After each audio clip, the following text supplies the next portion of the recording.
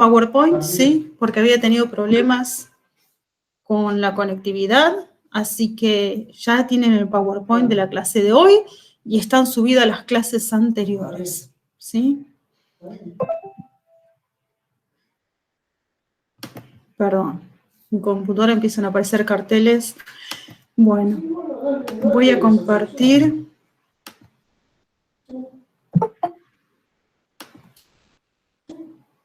Denme un segundo que...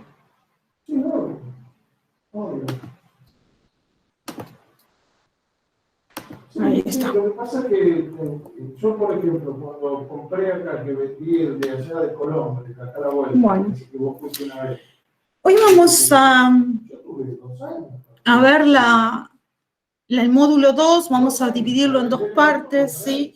La parte de logística o transporte, y dentro de la parte logística, la parte de seguros, la clase que viene.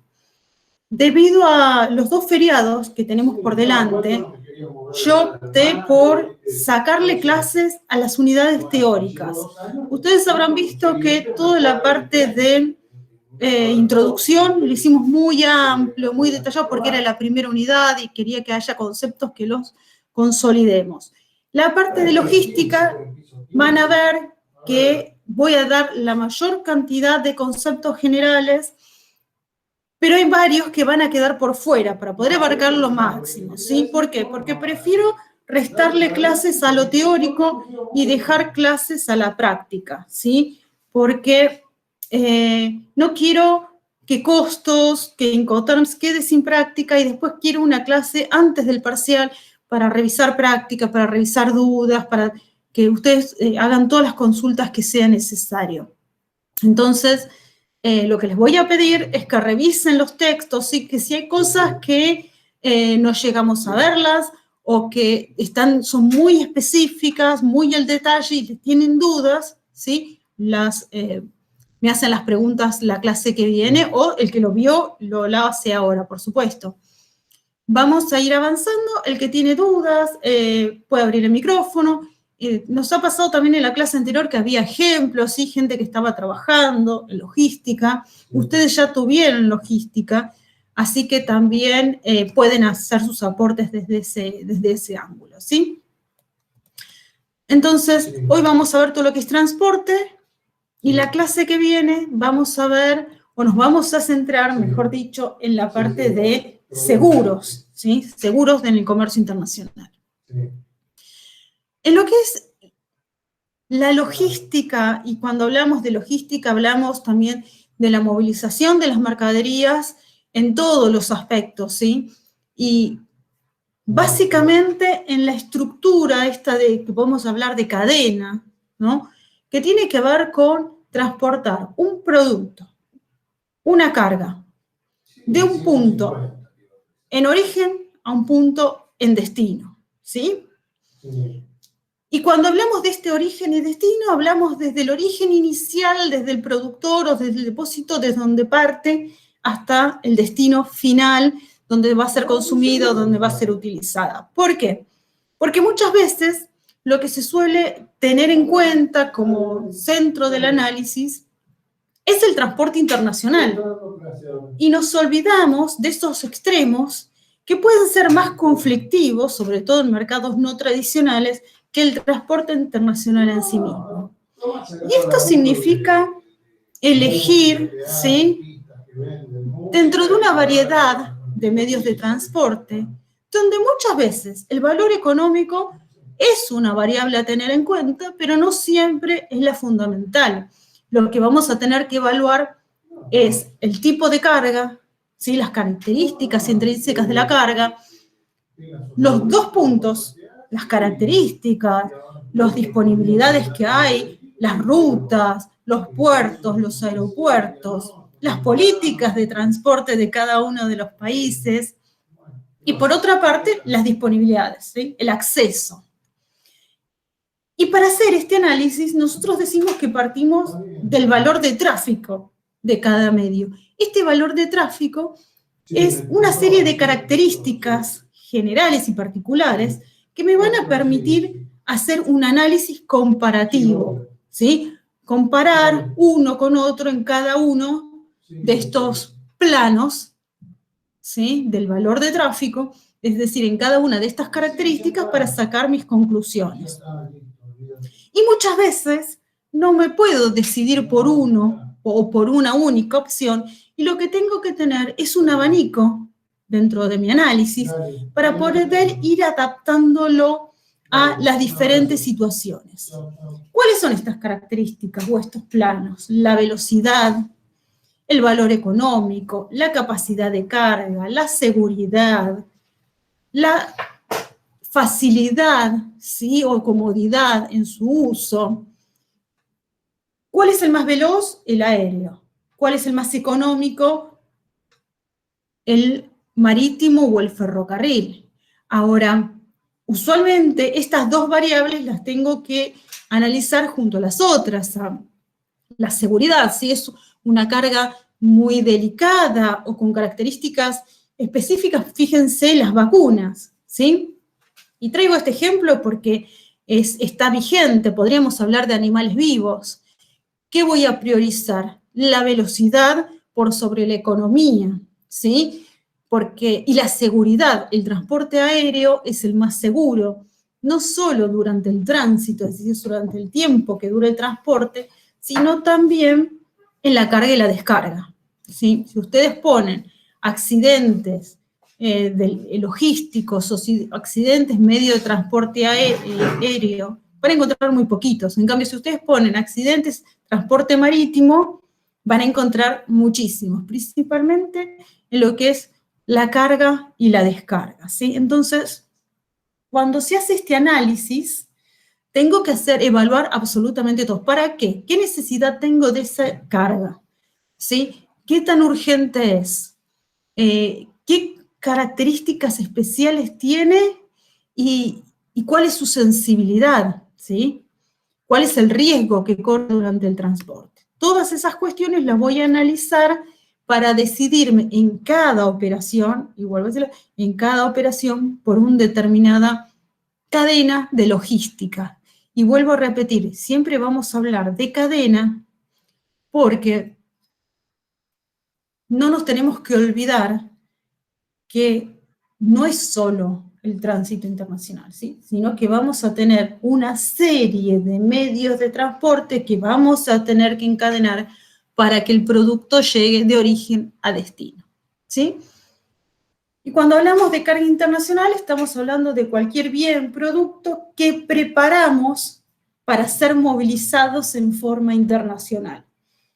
No estamos hablando de un producto que metemos en un camión.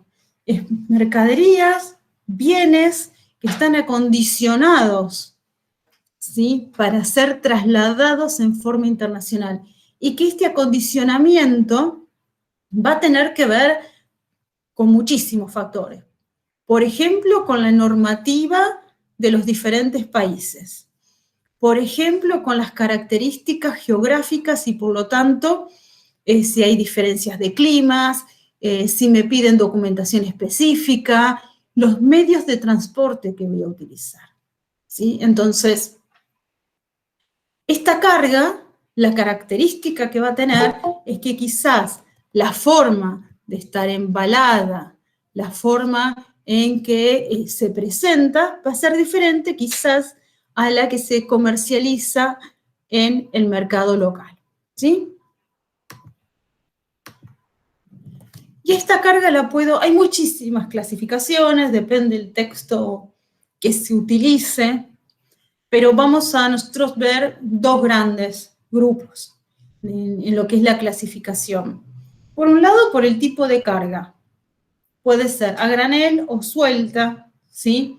Cuando hablamos de mercadería a granel, en general estamos hablando cuando no hay ningún embalaje, cuando estamos, por ejemplo, hablando de un buque granelero, un buque de combustible, que tienen tanques donde se carga directamente la mercadería. En cambio, cuando hablo de mercadería suelta, o también se puede decir mercadería unitarizada, ¿sí?, estamos hablando, por ejemplo, de cajas, de pallets, de contenedores. Mercadería, ¿sí?, que comparte el medio de transporte usualmente con otra mercadería. Y acá quizás algunos conceptos que algunos los han visto y otros no. Nosotros hablamos de unitarizar mercadería cuando nos referimos a generar unidades en las cuales el transporte sea más sencillo. Si yo tengo que exportar frascos de mermelada, poner todos los frascos sueltos, quizás sea de difícil manejo, difícil carga y descarga. Entonces los frascos van en cajas, las cajas se paletizan con cierta cantidad y quizás los pallets van dentro de un contenedor. Entonces lo que genero son unidades, ¿sí?, que me va a permitir manejar esa mercadería, cargarla y descargarla de una manera más sencilla. Y después tengo el concepto de consolidado, ¿sí? Yo consolido un contenedor cuando, además de utilizarlo como una unidad de carga, ¿sí?, lo trinco, lo organizo de cierta forma que me permita no solo transportar de forma segura esa mercadería, sino que cumple todas las condiciones, por ejemplo, aduaneras, ¿sí? Los bultos están marcados, están correctamente organizados, están reflejados en un documento. Entonces digo, consolido el contenedor, lo cierro, lo precinto y lo mando a la unidad. Es decir, organicé toda la mercadería dentro del contenedor, está marcada, está organizada, está documentada, ¿sí? Bien. Y por otro lado tenemos una clasificación por la naturaleza. Por ejemplo, si es perecedero, ¿sí?, si son alimentos, si tienen fechas de vencimiento, si requieren un cuidado, un transporte especial, refrigeración. Si son, no necesita refrigeración, pero hay que tener cuidado con las altas temperaturas, entonces por las dudas se refrigera. Si son frágiles, entonces requieren un cuidado específico en cuanto a la manipulación. Si son productos que por sus características, las dimensiones o el peso son excesivos o especiales y por lo tanto se embalan de forma diferente o necesitan un buque plataforma o van en contenedores con características especiales, ¿sí?, que son como jaulas o que no tienen la parte superior, y estas muchas veces, este tipo de mercaderías además necesita autoelevadores especiales o grúas especiales o equipos para la carga y la descarga. Y después tenemos todas las mercaderías peligrosas, que depende del tipo de mercaderías va a ser posible trasladarla en uno o en otro medio de transporte. Por ejemplo, hay muchísimas que no se pueden trasladar en el medio de transporte aéreo, y después tienen condiciones de embalaje, de aislamiento, de etiquetado, etcétera, etcétera, ¿sí? Entonces, cuando hablamos del tipo de carga o las características de la carga, tengo que analizar todo, desde las cantidades hasta las especificaciones más técnicas, ¿sí? Bien. En función a esto, voy a elegir mi medio de transporte y toda la cadena de distribución física.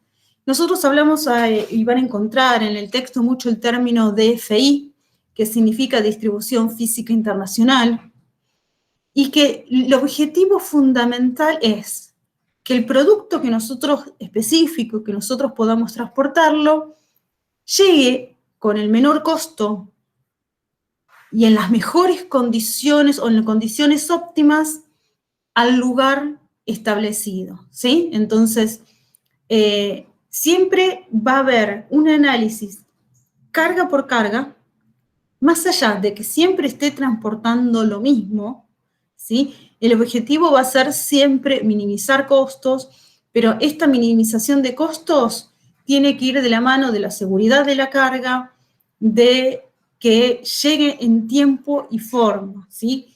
Reducir costos arriesgando calidad, sumando riesgos al transporte, en lo que es transporte o logística internacional, está fuera de análisis.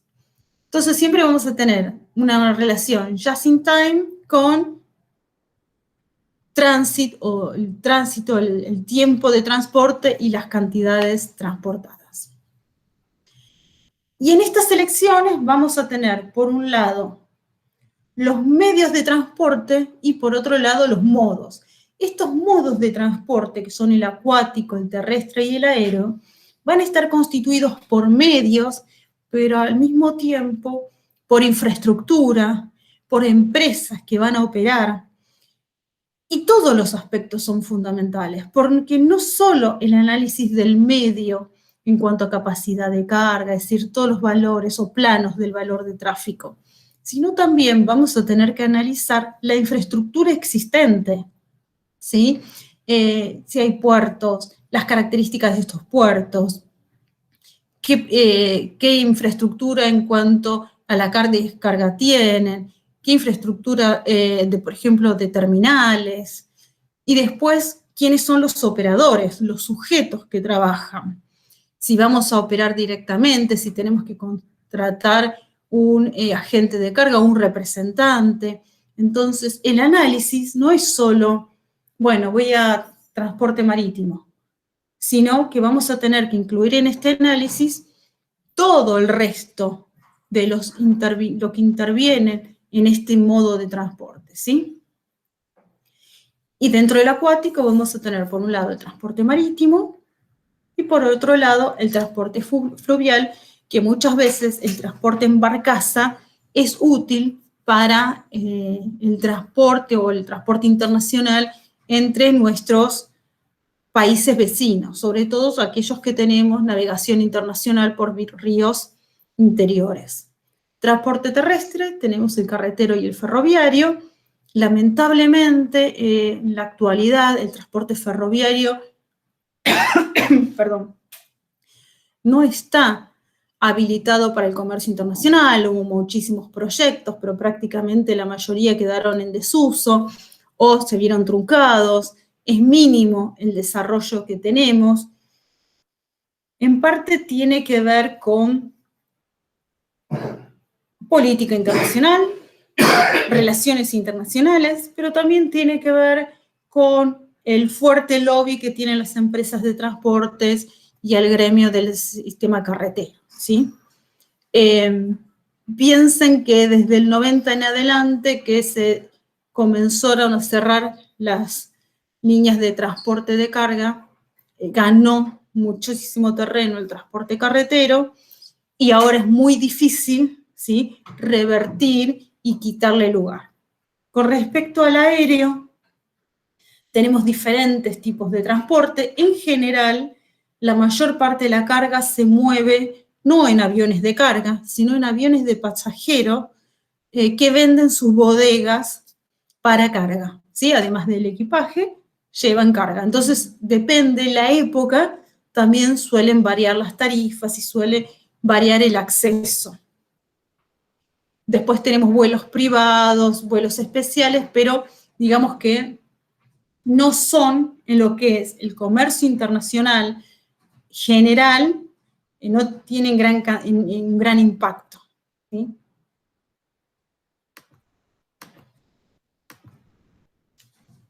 Bueno, básicamente esto lo vamos a pasar rapidito porque es lo que estuvimos hablando, ¿sí? La importancia de los elementos que tenemos que ir analizando, que tienen que ver con las terminales, los sujetos, ¿sí? Al elegir el medio de transporte, toda la cadena de distribución de un punto a otro. Y esto van a ver que tiene mucho que ver también con las marcas y las etiquetas que vamos a necesitar, lo vamos a ver casi a lo último. Después también el tema geográfico. Fíjense que el acceso muchas veces al interior, hay mercados que serían muy interesantes poder llegar, pero desde el lugar geopolítico que está la Argentina, y sobre todo las distancias que nos separan de algunos mercados y después el interior a esos mercados, hace que los costos del transporte en general los hagan inviables. Por eso también es parte del análisis, ¿no? Y después, bueno, todo lo que la toma de decisión, ¿sí?, con el informe general que va a incluir absolutamente todo. Y vamos a detenernos un poquito acá, porque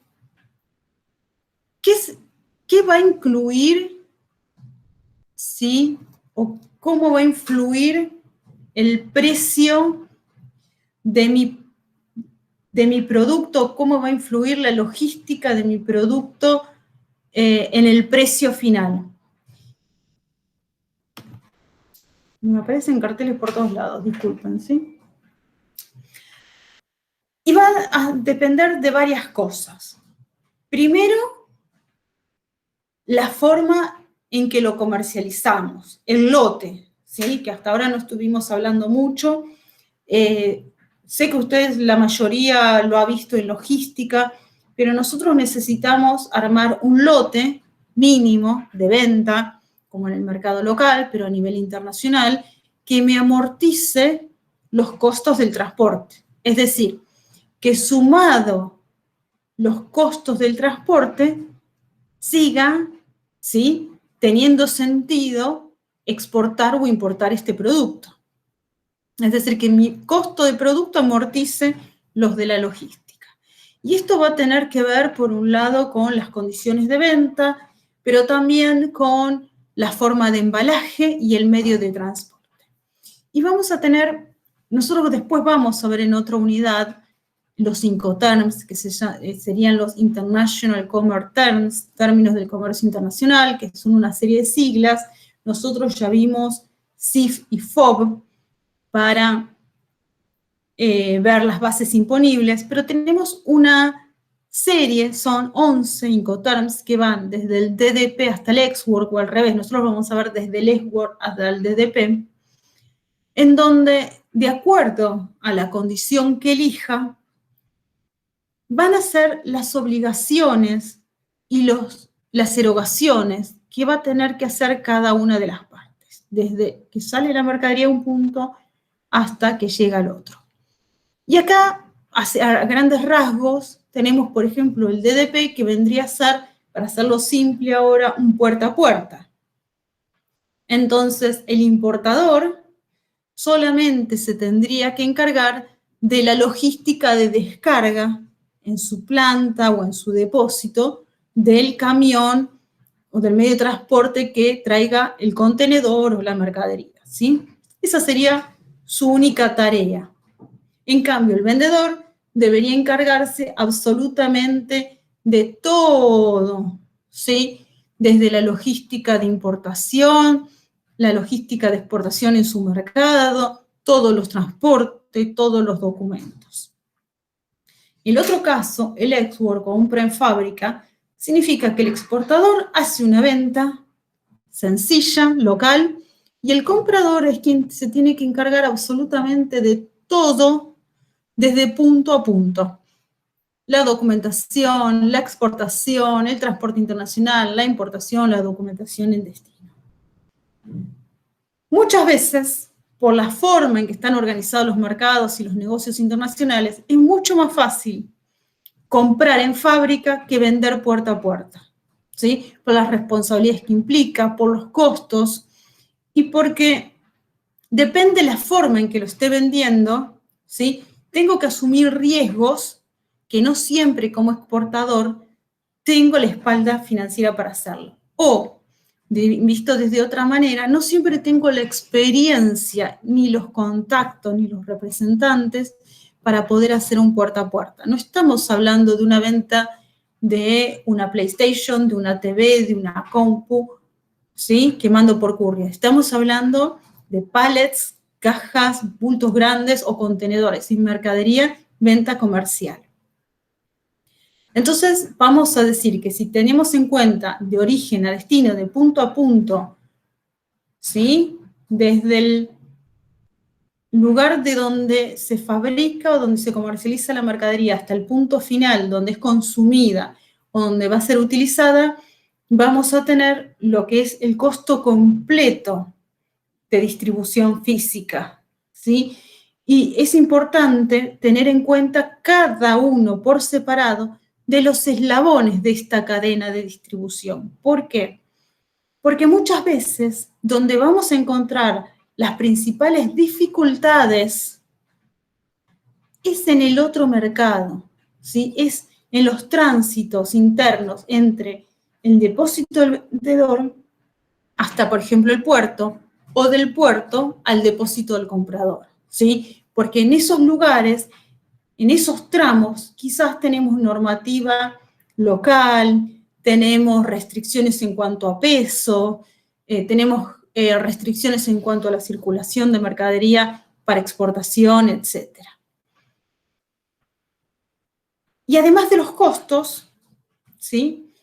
Y vuelvo a repetir, de los costos y de las características de cada uno de los eslabones de esta cadena de distribución, voy a tener que tener en cuenta el tiempo, ¿sí? Lo que nosotros vamos a llamar transit time. Ese tiempo que va a transcurrir entre que el medio de transporte sale y llega. Y acá tenemos que agregar algunas otras complicaciones que son, por ejemplo, la operatoria dentro de los puertos de carga y descarga, ¿sí? El acceso al puerto, hay puertos que son puertos más complejos, que se congestionan, entonces toda la cadena hay que analizar, ¿sí? Esto también a veces lo vemos en los trabajos o cuando nos vienen a hacer alguna consulta. Sí, yo averigüé que el barco tarda 20 días. ¿Qué puerto? Tal. ¿Averiguaste cuánto tarda tu proveedor que está en el medio de China o que está hasta llegar a ese puerto? ¿Averiguaste las condiciones de transporte? ¿Sí? Hay mercados o hay proveedores que quizás son muy interesantes, pero vuelvo a repetir, no están las condiciones para cumplir con un tránsito internacional menos hacia nuestro país por la lejanía.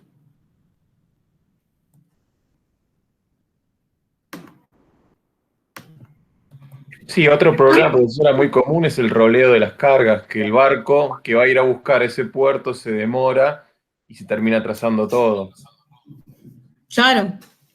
Y no solo que el buque se demore, ¿sí? Que tenés un problema dentro del puerto. Hay puertos que, por ejemplo, están muy sindicalizados. Pasó, por ejemplo, hace poco acá en Argentina, ¿sí? Un problema sindical. Y no solo no permitían el ingreso de los buques, algunos estaban a espera, sino que la mercadería que había no ingresaba y se podía sacar de las terminales. O, por ejemplo, piquetes, ¿sí? Sí, todas esos pequeños, sí, que lamentablemente pasan a veces mucho la experiencia, ¿no? Pero cuando armamos todo lo que es el tiempo, y a veces esto, quizás a ustedes, que son ingenieros industriales, no les cuesta tanto porque están más habituados a diferentes tipos. Ustedes tienen economía, tienen comercialización, pero no sé si a algunos de ustedes les ha pasado en la industria donde trabajan, o si trabajan en plantas productivas, si trabajan en la parte de logística, que a veces la parte de producción, sobre todo si con ingenieros de áreas muy, muy técnicas, dicen, bueno, yo necesito en 15 días tanta cantidad de mercadería y le dan plazos, y cuando hablan con el sector de comercio exterior, nosotros no tenemos plazos específicos, es un más menos X cantidad de días con cualquier tipo de inconveniente como podemos tener, por ejemplo, hasta cosas absurdas como... Bueno, lo que pasó hace poco con el buque este que se encalló en el canal de Suez. Claro. Bueno, ahí estaba. ¿Qué hacían los buques? ¿Sí? ¿Cambiaban la ruta o esperaban? Cambiar la ruta muchas veces significa no solo aumentar la cantidad de días, sino que es una ruta que puede pasar por zonas rojas. O ¿qué pasa con los seguros? ¿Sí? Porque el seguro es contratado por una ruta en particular. Entonces, sí, hay muchísimos, y esto también tiene que ver cuando ustedes hacen el análisis. La mercadería que voy a traer, ¿la necesito en forma urgente? ¿Puedo dividir los lotes y traer menor cantidad por ejemplo, vía aérea, que es más seguro, más rápido, y dejar las cantidades más grandes y amortizar costos en marítimo y esperar. Hay muchos, por ejemplo, ustedes tienen muchísimos videos, ¿sí? En internet de problemas, quizás están estivando, están cargando un buque, se carga mal un contenedor y se vuelca toda una pila, y entonces hay que, ¿sí? Comenzar de nuevo. Hay muchísimos conflictos en lo que es carga y descarga, todo el transporte marítimo. Y vamos con con el transporte marítimo, que a pesar de eso sigue siendo el principal medio de transporte del comercio internacional desde la revolución industrial hasta ahora. Profesora, tengo una Sí, pregunta ahí, sí, por supuesto. acerca de los Incoterms. Por ahí, por mi experiencia laboral, me tocó generalmente ver Xworks o FOB. Yo no sé si son los que principalmente se usan, o los otros que vamos nombrando se usan en otro tipo, no sé, de mercadería. Yo generalmente lo veo en equipos, no en rotación maquinaria. No sé si ahí hay más utilización en otro tipo de productos, quizás de los otros Incoterms. O depende. No, depende, es todo comercial y tiene que ver con que esos son los que más se utilizan porque son los de más fácil utilización y que son los más históricos, son los, podemos decir, hasta los que tienen mayor historia y trayectoria. El resto, lo que vamos a ver cuando veamos Incoterm, que tenés que tener mucha más experiencia para poder manejarlos y saber a dónde y dónde terminan tus riesgos. En el Xwork, vos como comprador, y el Xwork tiene que ver otra cosa, ¿sí? Muchas veces a los países menos desarrollados nos venden Xwork porque, no solo porque estamos lejos, sino porque los vendedores no quieren ninguna responsabilidad. Entonces, sobre todo por las dificultades que hay en la importación, en nuestros puertos, ¿sí? Entonces, te vendo Xwork. Y ustedes saben, cuando compran Xwork, bueno, toda la responsabilidad recae en el comprador. Con el FOB, la mayoría, sí, ya por historia, porque también es uno de los más antiguos, si bien tiene vamos a ver, algún que otro detalle, ya la mayoría sabe que el comprador se hace cargo cuando la mercadería está en el medio de transporte. Por eso son los más comunes. Vamos a ver cuando veamos Incoterms que elegir, por ejemplo, ese DDP, ¿sí? Que es Delivery Duty Paid, puerta a puerta, significa tener mucha más experiencia, significa, o cualquiera de los otros, necesitas hilar mucho más finito. ¿Por qué? Porque en caso de un accidente, en caso de una demora, ¿quién corre los riesgos? ¿Quién se hace cargo de los cargos extras? ¿Sí? Por ejemplo, el ejemplo que dieron recién, se demora el buque. Entonces, mi mercadería que está en el puerto, esperando para cargar cuando ese buque llegue, tiene más estadía en la terminal portuaria. ¿Quién se hace cargo de eso? ¿Sí? Si yo no cumplo con la fecha de embarque y tenía una carta de crédito, ¿qué sucede en ese caso? Entonces, ese es el problema, ¿sí? De los otros Incoterms. Hay que hilar muy finito y por eso es que no se usan. No es que... No, por nada. Pero vamos a tener 2 clases para dedicarnos a todos los Incoterms. Vas a ver, muchas veces tiene que ver, lamentablemente, ¿no? Con que en la mayoría de las ingenierías, y por lo tanto mucha la gente que trabaja en logística, no tiene conocimientos de comercio exterior, sino que va aprendiendo a la práctica. Muchos de ustedes que están trabajando en logística aprenden de la práctica, ¿sí? Entonces, todo lo que es técnico, todo lo que es muy específico, en la medida que pueden lo van aprendiendo. Y nosotros siempre decimos que si hubiera más conocimiento, si cuando pensamos en industrializar, cuando pensamos en ampliar las exportaciones, se alfabetizara en comercio exterior, quizás se podrían utilizar otras posibilidades, otros recursos, que a veces no se usan por falta de conocimiento, ¿sí? Principalmente. Van a ver lo mismo que el uso de las zonas francas. ¿Por qué no se usa la zona franca? Porque no se conoce, porque no se conocen las reglas, porque a veces a los despachantes ni les conviene. Entonces, la logística en zona franca es compleja, ¿sí? Entonces, muchas veces los despachantes la omitan. Y va a pasar con esto también. Cuando ustedes, aquellos que no estén trabajando en logística, cuando comiencen a buscar información, van a ver que intentan darles paquetes cerrados, cotizaciones cerradas, ¿sí? Donde es muy difícil el detalle, conseguir el detalle. Es muy difícil a veces tener acceso a la información completa. Hay que indagar, hay que buscar. Y esto tiene que ver también con el negocio. La información del transporte aéreo a veces está mucho más democratizada y es mucho de más fácil acceso, si bien hay que buscarla y hay que buscar el contacto, que por ejemplo en el marítimo. ¿Sí? Ahora que vamos viendo algunas formas de contratación, van a ver que si aquellos que están trabajando en logística o en importación, en exportación, quizás tienen también algún ejemplo. Hay dos formas básicas de organización del transporte, ¿sí? Y esto a grandes rasgos. Tenemos las líneas regulares y las líneas trampa.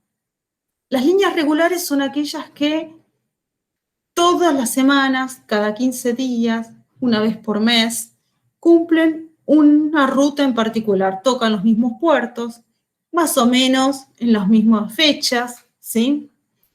Tienen los mismos servicios y tienen tarifas más o menos, ¿sí?, regulares. Y estas líneas regulares se van a dividir en dos grandes grupos: las líneas conferenciadas y los outsiders. Las líneas conferenciadas tienen que ver con los grandes acuerdos que hubo, si bien a partir de la Revolución Industrial, pero que se profundizaron después de la Segunda Guerra Mundial, con la distribución de rutas, ¿sí?, con el ingreso de nuevos puertos al comercio internacional. Y estas líneas conferenciadas tienen acuerdos por el cual primero tienen distribuidas las rutas, los puertos que tocan, las fechas, pero además las tarifas y los servicios. Entonces, no importa qué empresa estoy contratando, si está dentro de esta conferencia voy a pagar el mismo precio por el mismo servicio. En cambio, los outsiders son armadores, son empresas que van a tener líneas regulares, servicios regulares, perdón, van a estar siempre en los mismos puertos, van a hacer las mismas rutas, pero que sus tarifas van a ir variando en función a la oferta y la demanda, ¿sí? Que para quizás ganar un puerto, ganar un servicio, van a ofrecer una tarifa más baja o van a dar un mejor servicio por la misma tarifa para poder competir, ¿sí? Y acá tenemos dos tipos de outsiders. Tenemos empresas que tienen buques muy viejos, buques que quizás fueron reciclados y que por eso también son más económicos, y después tenemos los grandes mega carriers con buques gigantes que ofrecen otro tipo de servicios, ¿sí? Otros tipos de puertos.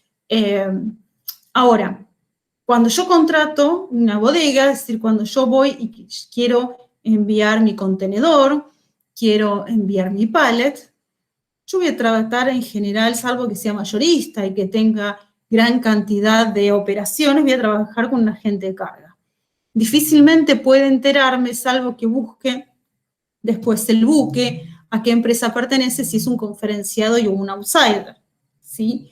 Usualmente yo me voy a manejar con un minorista, que lo que voy a saber es el nombre del buque después, una vez a veces después que me carga.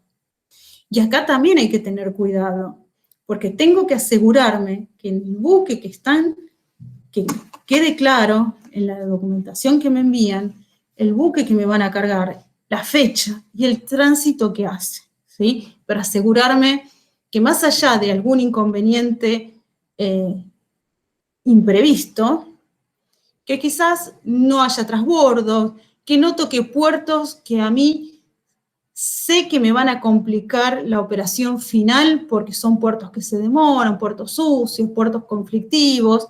Entonces, esa información sí la puedo solicitar y usualmente la resean, pero la dan. Y después tengo otro tipo de contratación que son... Sí. Una consulta. ¿Agente de carga y forwarder es lo mismo? Sí, es lo mismo, sí, sí. Ah, perfecto. Sí, yo a veces lo digo de una forma u otra, disculpen, sí, es la costumbre. Y después tenemos, decía, los buques Trump, que son buques que se contratan para determinadas operaciones, no son buques que cumplen una ruta o que tocan los puertos y tienen una frecuencia, sino que van de puerto a puerto según la demanda.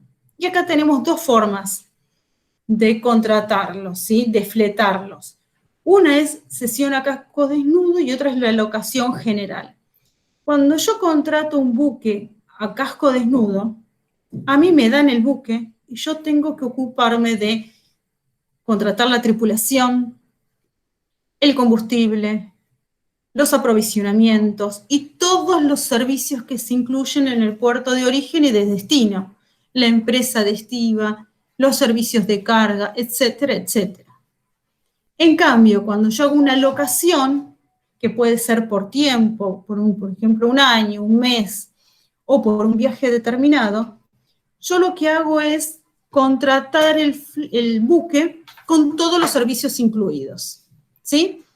El profesor, el doctor Kraus, siempre decía, esto es como cuando contrato un remis con chofer, me lleva de un lado a otro, o alquilo un auto en el aeropuerto, ¿sí? Si yo alquilo el auto, voy a tener que ocuparme de todo, voy a tener que manejar, o contratar un chofer, voy a tener que cargarle nafta, voy a tener que pagar el estacionamiento, etcétera, etcétera. Esto es lo mismo, va lo mismo, ¿sí?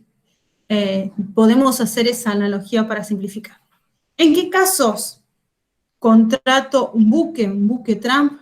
Cuando, por ejemplo, tengo que hacer una operación, movilizar carga, puede ser un granelero, puede ser un transporte, un buque tanque que tenga que transportar, por ejemplo, combustibles, o en el caso de que tenga que importar o exportar una máquina, una turbina que por sus dimensiones no puede ser cargada en un buque común, o por sus características especiales, tengo que ir a un puerto donde es una mercadería muy grande y, por ejemplo, no tengo una buena frecuencia, el costo es muy elevado. Por lo tanto, la exportación que haga, ¿sí? O la importación que haga, tiene que justificar los gastos, ¿sí? Más allá de cualquier de las opciones. Piensen que acá, si por ejemplo lo contratamos por un tiempo determinado, el buque tenemos que lograr que el buque esté siempre completo.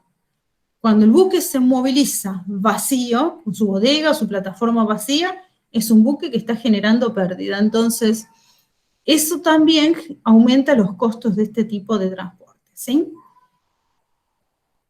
En líneas generales, vuelvo a repetir, salvo lo que es la contratación Trump, que tiene que ver con proyectos, planta llave en mano, todo lo que es línea regular, es difícil saber realmente si estoy contratando un conferenciado o un outsider.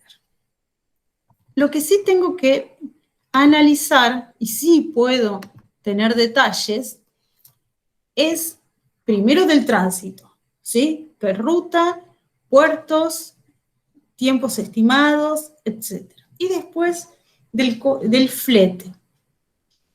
Cuando ustedes pidan flete, lo que les van a intentar dar solamente es el flete oceánico, ¿sí? La tarifa base. Y esa tarifa base es parte de lo que van a tener que pagar como costo del transporte internacional, ¿sí? A ese flete se le tienen que sumar todos los sobrecargos y de a ver si hay descuentos. Descuentos suele haber solamente por fidelidad, por contrataciones, por ejemplo, semanales, mensuales, ¿sí? Por gran cantidad de mercadería, 2, 3 contenedores, pero no muchos más, ¿sí? Lo que es flete marítimo no suele haber muchos más beneficios que esos. Los sobrecargos, vamos a ver algunos ejemplos, pero suelen ser un costo importante que las empresas, sobre todo los agentes de carga, cuando ustedes lo que están hablando es con un agente de cuenta que quiere ganar la operación y que tiene comisión, no se lo suele pasar. Ustedes lo que tienen que pedir es una tarifa all-in, que significa todo incluido. ¿Por qué?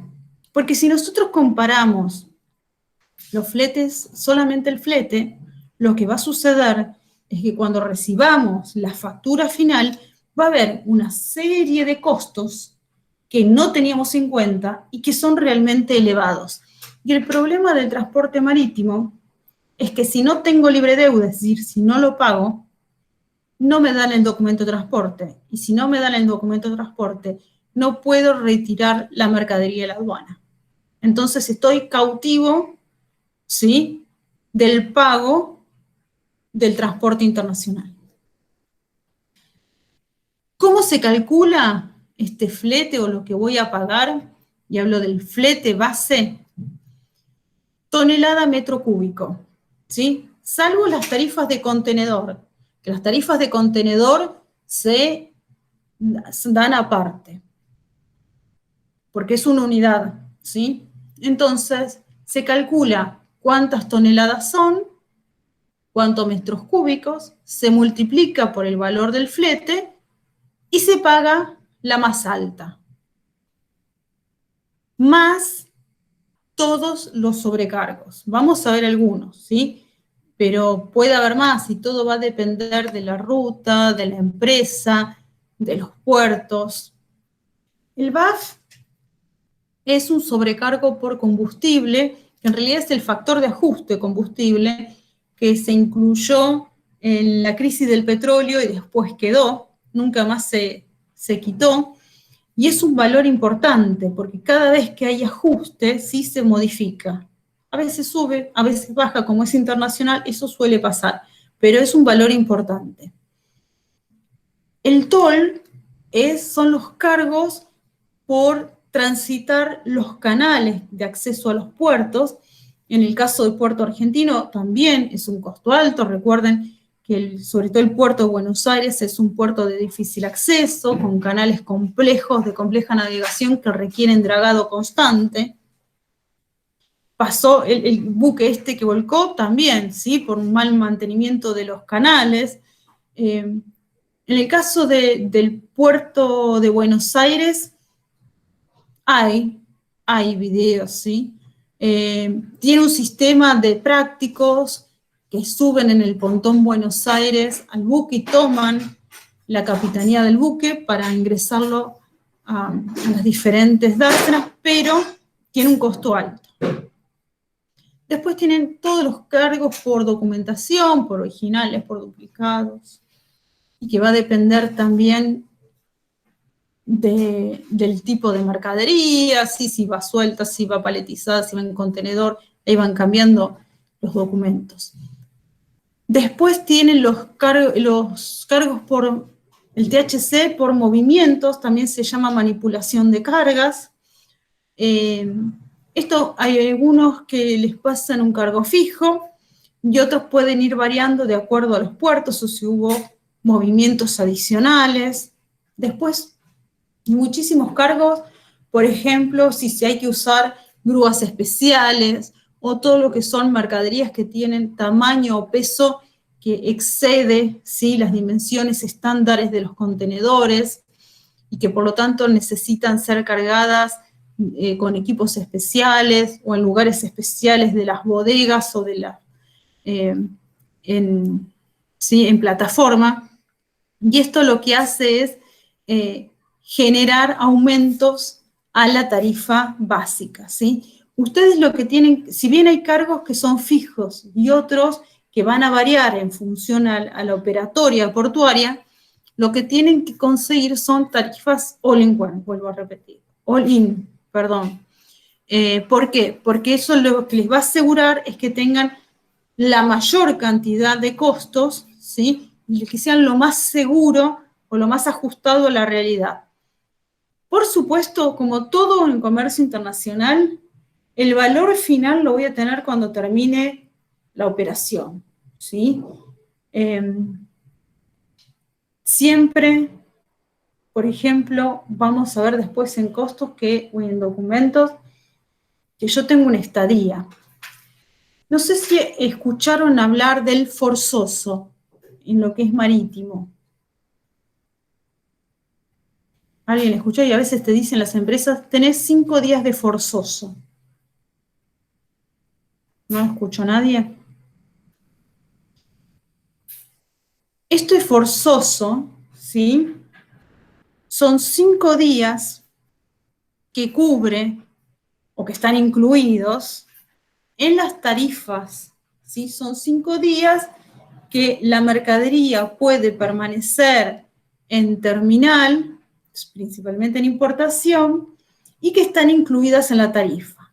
Pasados esos 5 días, se empieza a cobrar un recargo por día, por unidad, es decir, puede ser por tonelada, puede ser por contenedor, en dólares. Pero no se empieza a cobrar desde el día 6, sino que se empieza a cobrar desde el día 1. ¿Sí? Entonces, cualquier demora que hay en el puerto también me puede venir incluido acá. ¿Sí?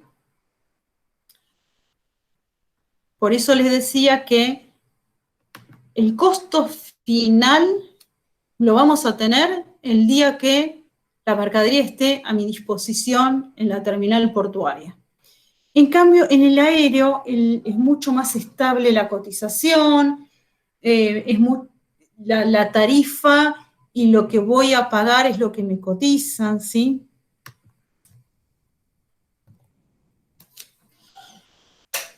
Yo no sé si acá alguien trabaja, en el otro curso sí había gente que trabajaba en aéreo, ¿sí?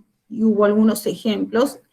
En el aéreo, la diferencia, no voy a trabajar con con toneladas y metros cúbicos, sino que voy a trabajar con kilos y centímetros cúbicos. En realidad hay una fórmula que la pueden buscar o si quieren después se las paso, que es la fórmula de peso volumétrico, ¿sí? Voy a convertir mis kilos y mis centímetros cúbicos en una unidad específica que se llama peso volumétrico. Entonces, a mí me van a pasar la tarifa en función a esa unidad. Y hay muchas, es decir, los tarifarios de las líneas aéreas son muy amplios y tengo muchísimas variaciones. Vamos a ver algunas. Tenemos, por ejemplo, si vamos a carga general, tenemos un cargo mínimo para aquellas mercaderías muy pequeñas, ¿sí? Que no alcanzan el peso a la tarifa más baja. Eso voy a pagar el cargo mínimo. Después tengo hasta 45 kilos y por sobre los 45 kilos.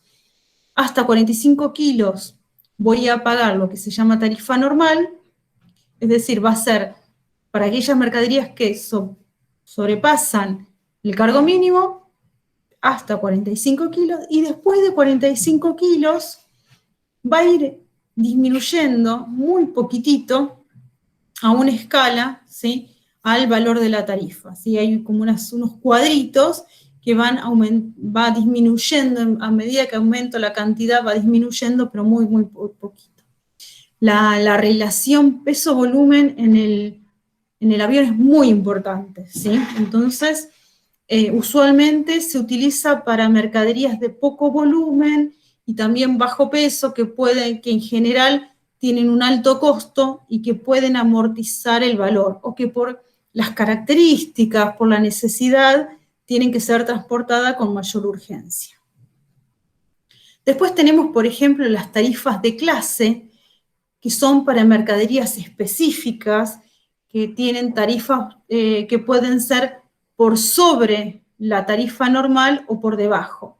Y son mercaderías que tienen tratamiento específico, por ejemplo, animales vivos, restos humanos, oro, ¿sí? Joyas, dinero. Todos estos productos, o mercaderías o cargas en realidad, correctamente dicho, que tienen un tratamiento especial, tienen tarifas también específicas que están catalogadas, ¿sí? Que tienen que ver, vuelvo a repetir, con el tratamiento que requieren estos productos. Y después tenemos, por ejemplo, las tarifas específicas, que son tarifas diseñadas o desarrolladas para cubrir necesidades especiales, que pueden ser negociadas con un sector, pueden ser negociadas también a través del gobierno, por ejemplo, para cubrir una ruta específica para un producto específico. El ejemplo que siempre doy, vinos de Mendoza, ¿sí? Que van a cubrir, por ejemplo, cuando estuvo la promoción en Europa, en España. Son rutas muy particulares, o hasta el puerto de Buenos Aires, hasta Buenos Aires para ir al puerto. Son rutas específicas entre los dos puntos, en general se negocian con una aerolínea en particular y para un producto en particular, ¿sí? Para cubrir ciertas necesidades. Después tenemos la tarifa gubernamental, ya sea para cualquiera de los poderes, ¿sí? Provincial, nacional o municipal, y tienen que ver con una tarifa especial que se les cobra para sus importaciones, exportaciones. Y la tarifa de carga unitarizada es cuando se transporta mercadería en estos contenedores específicos para el medio aéreo, que no son cuadrados, hay de diferentes formas y que tienen el objetivo de poder maximizar los diferentes espacios de bodega. Estos contenedores se alquilan, muchas veces hay que unitarizar la carga en el aeropuerto, en los galpones del aeropuerto, y lo que me permiten es maximizar la cantidad de productos que llevo y muchas veces, por el tipo de embalaje, reducir los costos de embalaje. Tengan en cuenta aquellos que por el tipo de producto, sobre todo cuando analicen la exportación, tengan que comparar aéreo con marítimo, y eso es algo común, a veces en algunos trabajos es bastante grosero, y no porque sean trabajos prácticos, sino porque también se ve en la práctica, ¿sí? En la vida real. Cuando yo voy a analizar o comparar transporte aéreo con transporte marítimo, tengo que estar comparando en función a dos embalajes diferentes, ¿sí? Yo no puedo comparar un pallet o en una caja de madera que voy a exportar en marítimo, cotizar lo mismo en un aéreo, porque en realidad lo que estoy haciendo es cargando un costo innecesario. El transporte aéreo requiere o permite utilizar embalajes mucho más livianos, porque la carga y la descarga es mucho más segura y los movimientos y la posibilidad de accidente dentro de las bodegas también se reduce muchísimo. Entonces, cuando yo voy a comparar, tengo que comparar también los costos de ese embalaje, ese cambio de embalaje también. Si es que voy a tener dos alternativas, por ejemplo, para grandes cantidades y, por ejemplo, para una cantidad de emergencia, en caso que se requiera, o para un lote más chico. ¿Dudas hasta acá? ¿No? El transporte carretero quizás el que están más familiarizado todos, sobre todo para lo que es transporte local, y en el terrestre nos tenemos que limitar prácticamente al carretero porque el transporte ferrocarril, como ya dijimos, es prácticamente inviable hoy en el transporte internacional. Faltaría muchos acuerdos, faltaría mucha infraestructura y faltaría mucha decisión y acuerdos de políticas de transporte a largo plazo, ¿sí? Tendría que haber un acuerdo un consenso nacional, y porque las obras no se van a poder inaugurar de acá a 2 años, 3 años. Olvidémonos hoy de la pandemia, ¿no? Si no estuviéramos en pandemia. Son obras que van a llevar años y por lo tanto requieren de un consenso político y social para poder hacerlas a largo plazo, y también se necesitaría un consenso a nivel regional, ¿sí? Para que realmente sea viable. Las ventajas del ferrocarril es el costo, la cantidad de mercadería que se puede transportar a muy bajo costo, y aquellos que estén en logística y que estén trabajando quizás con Estados Unidos, con Europa, hay mucha innovación en cuanto a poder generar redes de transporte carretero con ferrocarril, contenedores o equipos que si directamente suben a plataformas de ferrocarriles y después se pueden volver a subir a un barco o a otro ferrocarril. Y esto lo que hace no solo es agilizar, sino bajar los costos de la logística. Hoy, con un país con tantos kilómetros desde Ushuaia hasta La Quiaca, nuestro principal medio de transporte interno, y por lo tanto para llegar de frontera a frontera y para poder tener acceso a los principales aeropuertos internacionales o puertos, es el carretero, ¿sí? Donde la disponibilidad también va a tener que ver muchas veces con las cosechas. Hay épocas que en Buenos Aires no se consiguen medio de transporte porque están camiones, ¿sí? Algún tipo de camión especial porque están trabajando con las cosechas. Y además, con el transporte carretero, tenemos el problema de los costos, ¿sí? No solo los costos de combustibles, que en cierta cantidad de kilómetros convienen a convertirse en antieconómicos, sino tenemos los costos de seguridad, tenemos los costos, todo de la logística de la seguridad, ¿sí? Si llevo custodia, no llevo custodia, si llevo seguimiento satelital, los robos, piratería, ¿sí? Accidentes. Digamos que el transporte carretero es un medio bastante inseguro, por lo menos en nuestras rutas, ¿sí?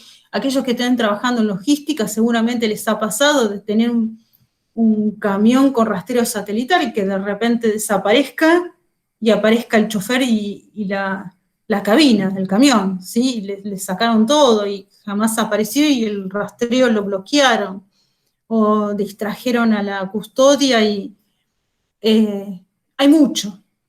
Con una dificultad que en el caso de la exportación, y si yo en el camión llevo un contenedor precintado, por lo tanto, que está en tránsito de exportación o de importación, no se puede mover de la ruta asignada, la ruta declarada.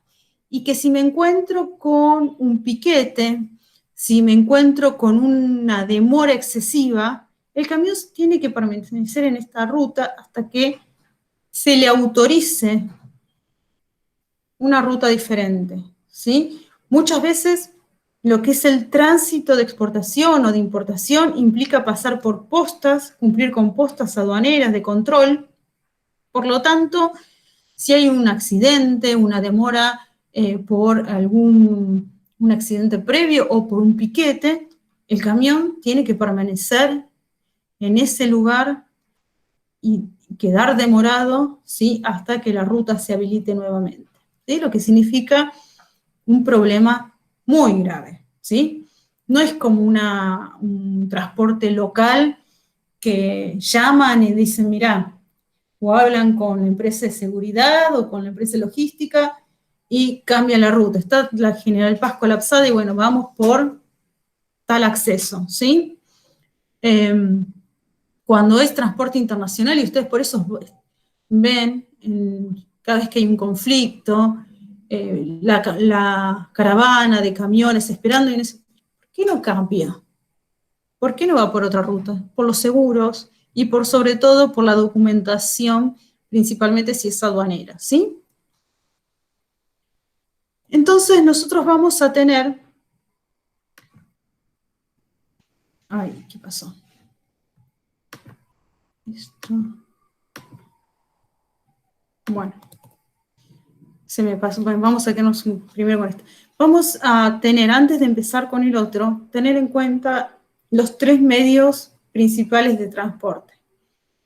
Y vamos a repasar, así ustedes lo tienen mucho más desarrollado, pero lo vamos a así en líneas generales. Transporte marítimo, principal ventaja, costo y cantidad, ¿sí? Poder movilizar grandes cantidades de mercadería. Peso y volumen, ambas. Marítimo, es el marítimo. Aéreo, principal característica a favor, la velocidad y la seguridad. Principal característica en contra o desventaja, el costo. Transporte carretero, principal ventaja o característica a favor, plano a favor, la posibilidad de armar redes, la comodidad de acceso. Desventaja, costo, ¿sí? Imposibilidad de generar tramos demasiado largos y, por supuesto, la inseguridad, ¿sí? Ahora, antes de, por supuesto, cuando analizamos el medio de transporte, antes de tomar una decisión, recuerden que nosotros analizamos la mercadería y cuando hablamos de mercadería, hablamos de envases, de embalajes y ahora tenemos que agregar las etiquetas. Por un lado tenemos el envase, ¿sí? Del producto, el que lo va a proteger en su forma más básica, el que va a permitir manipularlo y que va a ser usualmente la unidad de comercialización. Pero este embalaje, tengan en cuenta para exportación, pero también para importación, porque cuando importo un producto tengo que asegurarme que el envase cumpla las condiciones que establece la legislación en mi país, debe respetar ciertas normas. Por ejemplo, normas comerciales o usos comerciales, el tamaño. Yo siempre pongo el ejemplo del jugo, ¿sí? Si bien ahora hay una marca, Citric, que están esos bidones, en la Argentina no es tan usual comprar jugo en bidón porque pierde sus características, pierde vitaminas, entonces en nuestro mercado ese tipo de jugos premium solemos comprarlos en cajas más chicas, que se conserven la frescura, el sabor, las vitaminas y otras propiedades. En cambio, quizás en Estados Unidos y otros mercados, que se consume mucho más y se lo consume quizás como una bebida más común, se utilizan esos bidones que se incorporaron hace poco en nuestro mercado, ¿sí? Pasa lo mismo quizás con gaseosas, con latas de cervezas, ¿sí? Que se van ajustando para que se acomoden a la mayoría de los mercados. Pasa lo mismo con las etiquetas. Lo más fácil que para que ustedes la identifiquen, igual lo habrán visto en comercialización, es agarrar cualquier producto comestible, una golosina, una mermelada, un paquete de fideos, ¿sí? Que atrás dice importador en Argentina, importador en Brasil, importador, y a veces está en árabe, está en chino o en algún otro idioma. Y también, ¿sí? Estos envases pueden incluir, para poder optimizar los costos y tener un envase común, ciertas reglas o cumplir ciertas reglas, o por ejemplo tener ciertas leyendas, por ejemplo tag free, orgánico. Ahora bien, quizás en nuestro país, que no es tan estricta la legislación, yo puedo ponerle la leyenda tag free u orgánico, pero hay mercados que me van a obligar a que estas leyendas tengan detrás una norma. Así que tengo que tener cuidado con eso, ¿sí? O que cumpla con una certificación. Esto que vemos en los envases puede estar directamente en el envase o puede ser parte del etiquetado, ¿sí? Y el etiquetado vamos a tener 2 etiquetas, la de los envases y después la de los embalajes. Entonces, ustedes, cuando principalmente hagan la parte de exportación, tienen que tener en cuenta esto, ¿sí? Mi etiqueta, ¿cumple la normativa del mercado local? y la del mercado internacional, o voy a etiquetar los productos para mi otro mercado? Antes, eso era lo más común. Con la internacionalización de mercados, con buscar puntos de distribución para agilizar la logística, lo que se está haciendo cada vez con cada vez más asiduos, digo, cada vez más común, es unificar etiquetas, unificar envases para bajar los costos y para poder maximizar también la logística. Así que el producto que va a Chile lo puede exportar a Brasil, lo puede exportar a Estados Unidos, lo puede exportar a Europa. Por eso digo que lo más común o lo más fácil de ver, sobre todo fíjense las golosinas, ¿sí? Que tienen, a veces están escritos más idiomas que en el español, atrás. Con respecto a los embalajes, que era lo que estuvimos hablando antes, tengo que tener en cuenta también el impacto en el flete, ¿sí? Recuerden que mi flete, mi transporte, el costo, va a estar dado por el peso y el volumen del producto. Entonces, si yo le cargo demasiado peso y demasiado volumen a mi embalaje, lo que voy a estar agregando es costos. El embalaje lo tengo que pensar en función al medio de transporte. Y a la cadena, en realidad, ¿sí? Porque yo voy a tener, si tengo un aéreo, tengo un terrestre. Si tengo un marítimo, tengo un terrestre, ¿sí? Entonces, tengo que tener cuidado con eso. ¿De qué me va a proteger el embalaje? El embalaje de transporte internacional, de los problemas mecánicos como pueden ser vibraciones, como pueden ser golpes, ¿sí? De los problemas en cuanto a, por ejemplo, el apilamiento, en cuanto a temperatura. Hay productos que no requerirían refrigeración, pero son muy sensibles y voy a pasar la línea del Ecuador, entonces sube los 40 grados. Todas estas características, todas esas posibilidades las tengo que evaluar en los diferentes medios de transporte. Y vuelvo a repetir, si yo estoy pensando en enviar mercadería vía marítima y vía aérea, la lógica sería, si voy a tener contenedor, quizás puedo optimizar un poco más y utilizar los mismos embalajes. Si no voy a exportar en contenedor, usualmente yo lo que debería tener son dos tipos de embalajes diferentes, ¿sí? Quizás más livianos y más frágiles para el transporte aéreo y más sólidos para el transporte marítimo.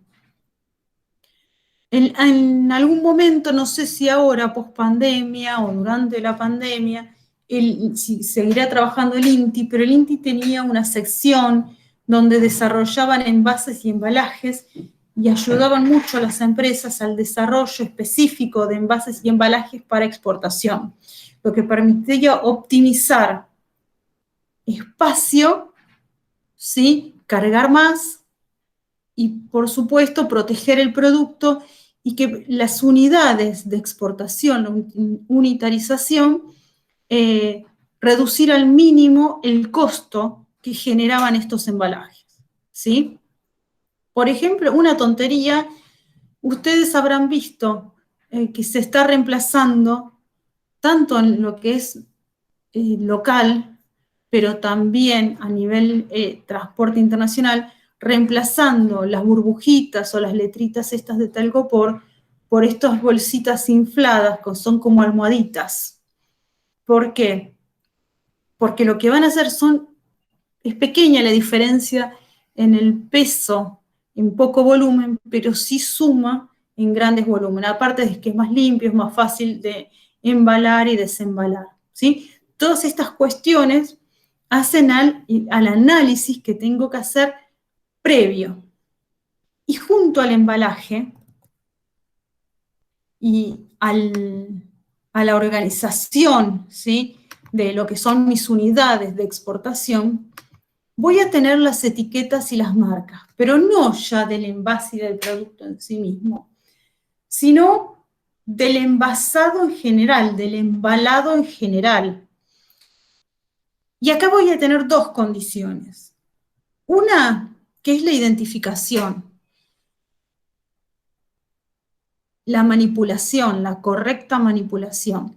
Pero por otro lado, tiene que cumplir ciertas reglas para el control aduanero.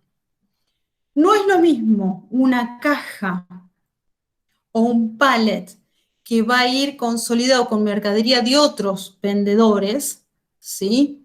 Y que les va a ser consolidada en un contenedor por un agente de carga, que si es todas mis cajas, todos mis bultos van dentro de un contenedor y todo el contenedor lo estoy comercializando, lo está comercializando mi empresa.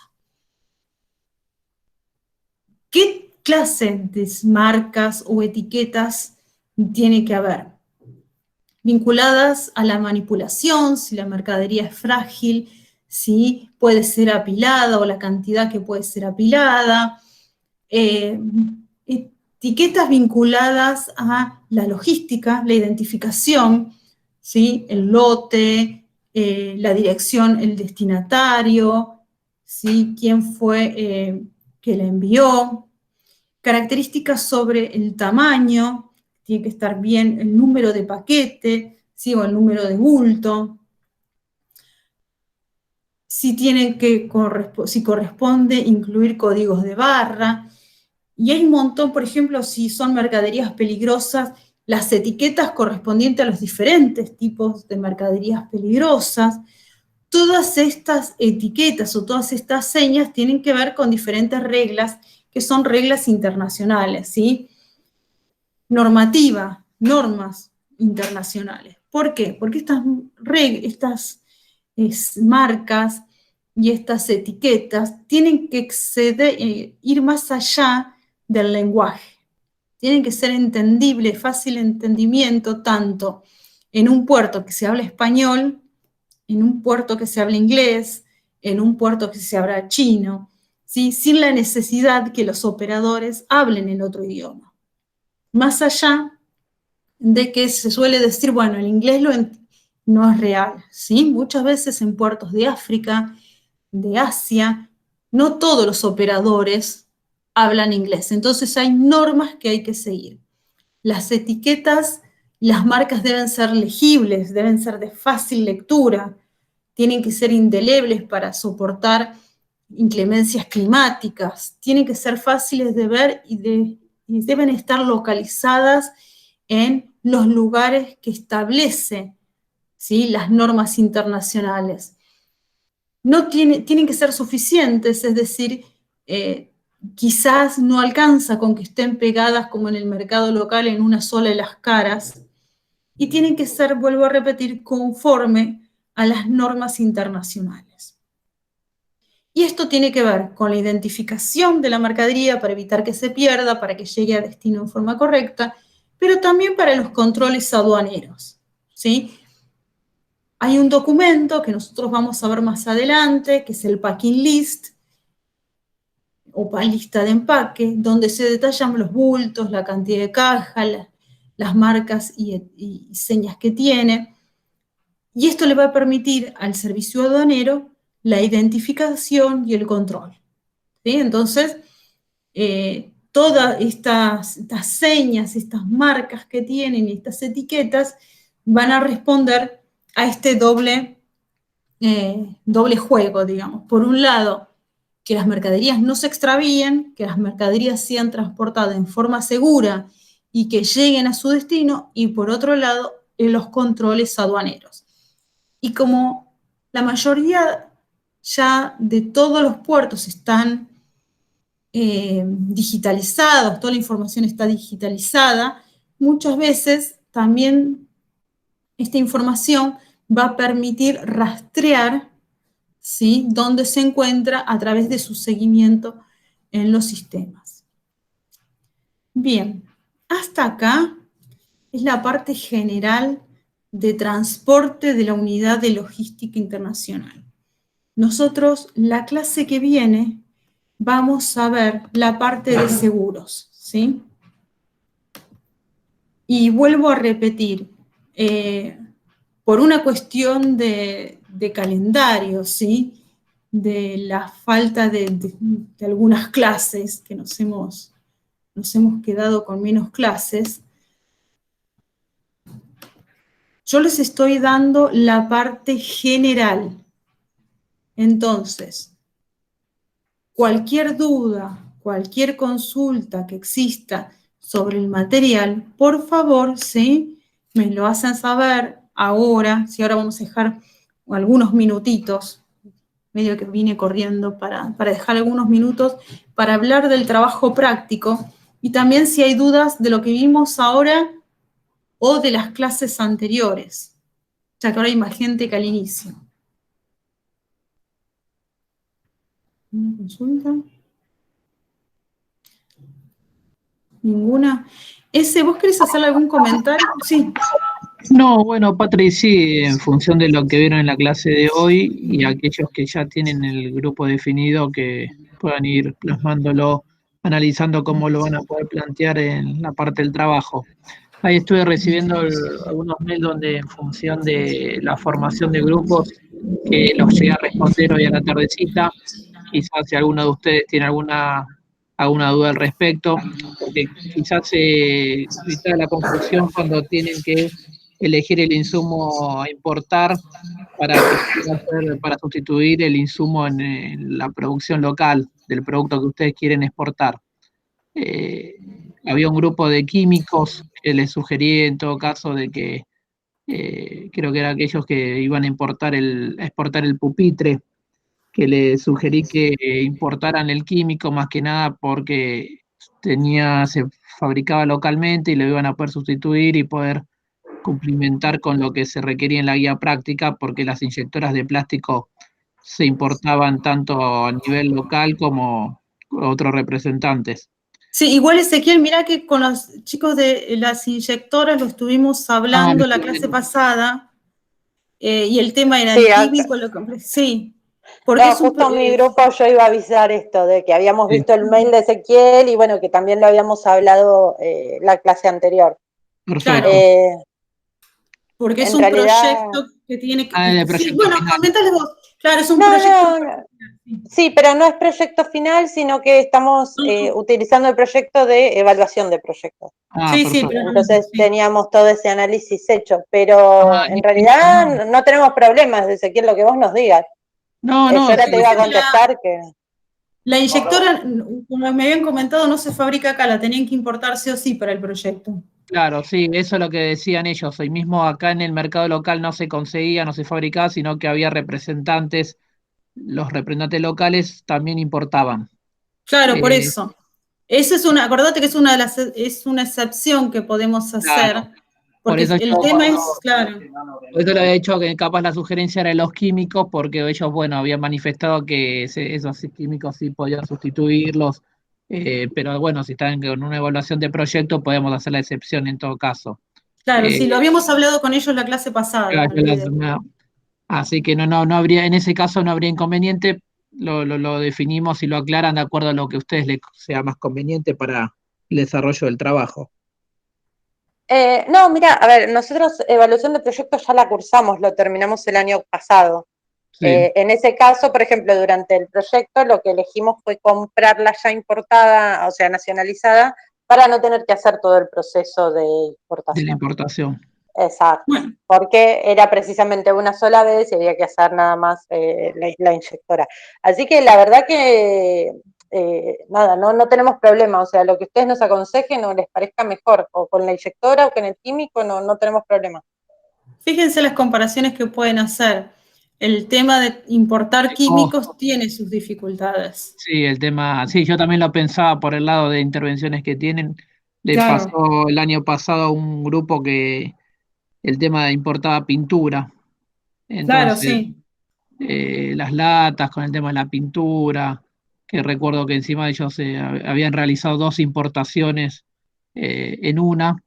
Así que, pero bueno, eso pueden ver ustedes qué es lo que le convenga. y lo definen, lo vamos definiendo, no hay problema. Bárbaro, lo charlamos entonces en el grupo y te respondo el mail. Dale, desde ya. No hay Gracias. inconveniente. No, a ustedes, chicos. ¿Alguna otra consulta? ¿No? Bueno, cualquier cosa se siguen comunicando con nosotros a través de los diferentes medios, ¿sí? Sí. Ah, pensé que había... No, parecía perdón, que, lo había cerrado. no, parecía... No, pensé que era alguien, parecía otra vocecita que iba a hacer alguna pregunta. Bueno, recuerden darle una mirada, la semana que viene empezamos con seguros, ¿sí? Así que nos mantenemos en contacto, ¿sí? Si no hay más dudas, buena semana.